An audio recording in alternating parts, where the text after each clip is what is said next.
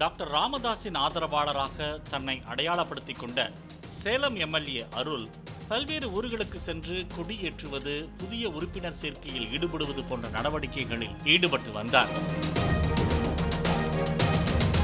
இந்த நிலையில் சேலம் மாவட்டம் வாழப்பாடி அடுத்த வடுக்கத்தம்பட்டி கிராமத்தில் டாக்டர் ராமதாஸ் ஆதரவாளரான தர்மராஜ் என்பவர் உயிரிழந்து விட்டதால் அவரது உடலுக்கு அஞ்சலி செலுத்துவதற்காக அருள் எம்எல்ஏ தனது ஆதரவாளர்களுடன் கார்களில் சென்றார். கார்களை பாக்கு கொட்டை காய வைக்கும் விவசாய களத்தில் பார்க்கிங் செய்ததாக கூறப்படுகிறது.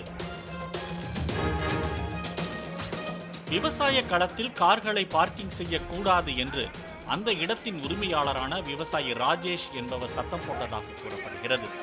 கும்பலாக இருந்த அருள் எம்எல்ஏவின் ஆதரவாளர்கள் அவரை விரட்டி அடித்ததாக கூறப்படுகிறது. நடந்த சம்பவம் குறித்து ராஜேஷ் அந்த ஊரை சேர்ந்தவர்களை திரட்டி சென்று அருள் எம்எல்ஏ ஆதரவாளர்களின் கார்களை மறித்து நியாயம் கேட்டபோது இரு தரப்புக்கும் இடையே பிரச்சனை ஏற்பட்டு ஒருவரை ஒருவர் தாக்கிக் கொண்டதாக கூறப்படுகிறது.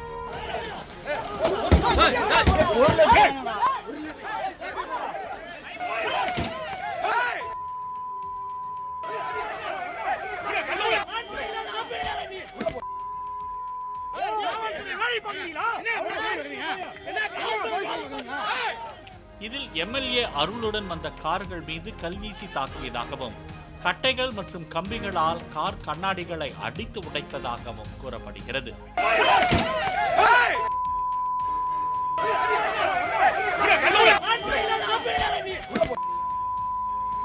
இதையடுத்து அருளின் ஆதரவாளர்களும் கீழே இறங்கி பதில் தாக்குதல் நடத்தினர்.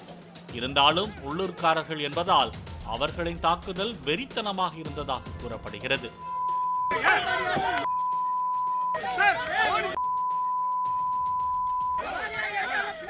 இரு தரப்பும் கல்வீசியும் தாக்கிக் கொண்டனர்.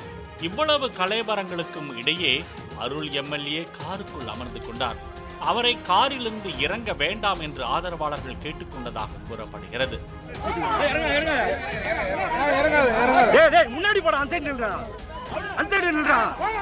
இந்த தாக்குதல் சம்பவத்தில் 6 கார்கள் அடித்து உடைக்கப்பட்டதாகவும் காயமடைந்தவர்கள் சிகிச்சைக்காக சேலம் அரசு மருத்துவமனைக்கு அழைத்துச் செல்லப்பட்டதாகவும் தெரிவித்த எம்எல்ஏ அருள் அன்புமணியின் தூண்டுதலின் பேரில் தன்னை கொல்ல முயற்சி நடந்ததாக குற்றம் சாட்டினார்.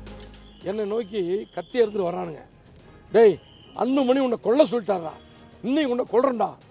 இதே வார்த்தை என்ன வார்த்தை? டீசன்ட் அண்ட் டெவலப்மெண்ட் பாலிடிக்ஸ்ன்னு சொல்லிட்டு நாட்டை ஏமாற்றி கொண்டிருக்கிற அன்புமணி சொன்னாரு, உன்னை கொல்ல சொல்லி சொன்னாரு அப்படின்னு சொல்லி கத்தி எடுத்துக்கிட்டு என்னை நோக்கி வர்றான். பெற்றெடுத்த தந்தையே கொல்லணும் என்ற ஒரு நோக்கத்தோடு செயலாற்றி கொண்டிருக்கிற அன்புமணி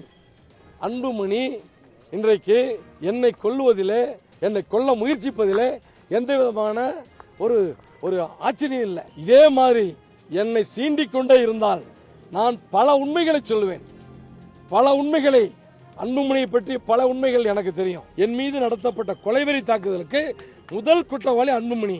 அவர் மீது வழக்கு பதிவு செய்ய வேண்டும். இந்த சம்பவம் தொடர்பாக அன்புமணி மீது வழக்கு பதிவு செய்ய கோரி அருள் எம்எல்ஏ அளித்துள்ள புகார் குறித்து போலீசார் விசாரித்து வருகின்றனர். பாலிமர் செய்திகளுக்காக சேலம் செய்தியாளர் ரமேஷ். பிளே ஸ்டோர் மற்றும் ஆப் ஸ்டோரில் இருந்து பாலிமர் செயலியை QR கோடு மூலம் பதிவிறக்கம் செய்யுங்கள். செய்திகளை உடனுக்குடன் பெறுங்கள்.